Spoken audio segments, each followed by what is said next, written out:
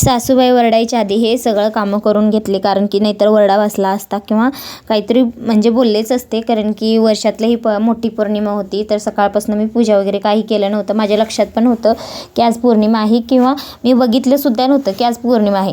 तर मोठी पौर्णिमा आहे म्हटल्यावर मी लगेच म्हणजे आंघोळ वगैरे करून घेतला, डोकं वगैरे धुतलं, मी लगेच पूजा करायला घेतलं. कारण की पूजा केल्याशिवाय तर आपलं पौर्णिमा अमावस्येला पूजा आणि दर गुरुवार शुक्रवार तर माझ्याकडून म्हणजे डेली होत नाही, तर एवढ्या दिवशी तर व्हायलाच म्हणजे होतेच. कारण की वेळ काढायलाच पाहिजे. एवढं किती पण काम असलं तर त्या दिवशी मात्र वेळ काढून पूजा करायलाच पाहिजे. मी ती अमावस्या पौर्णिमेचं दरवेळेस करतेच, कारण की आज विसरले होते. म्हणजे सासूबाई ओरडायचे जरा मध्येच मी उरकून घेतला, म्हणजे त्यांना कळूच दिले नाही की आज पौर्णिमा आहे. म्हणून पडदिवशी पूजा वगैरे केला, दिवाबत्ती फोटो वगैरे धुवून हळदी कुंकू वगैरे लावून परत हा दिवाबत्ती अगरबत्ती वगैरे लावून घेतलं. केस धुतलं होतं, पण केस काय बांधले नव्हते, वल्ले होते. कारण मी केस बांधले की हमखास मला सर्दी होत्याच होते 100%, आणि सर्दी झाली की लवकर जातसुद्धा नाही त्याच्यामुळं.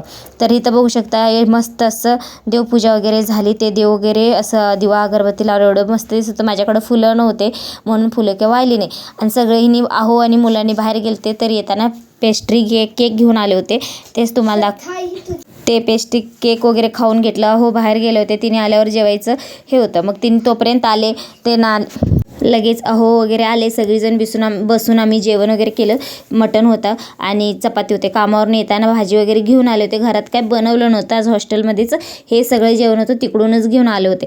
कारण की हॉस्टेलमध्ये काय असं अमावस्या पौर्णिमा वगैरे काय पाळत नाही, मग ते घेऊन आले. मी घरात काही स्वयंपाक केला नव्हता, पूजा वगैरे झालं म्हणून तेच पिलो. जेवण करून झोपलं होतं. संध्याकाळी उठलं, संध्याकाळचं जरा शूट केलं. संध्याकाळी उठून कॉफी पाहिजे होतं. अहोंना म्हणलं कॉफी, सगळ्यांनीच कॉफी बनवून घ्यावं. ही मोठी मोठी 2 कपामध्ये कॉफी बनवली, त्यांना दिलं.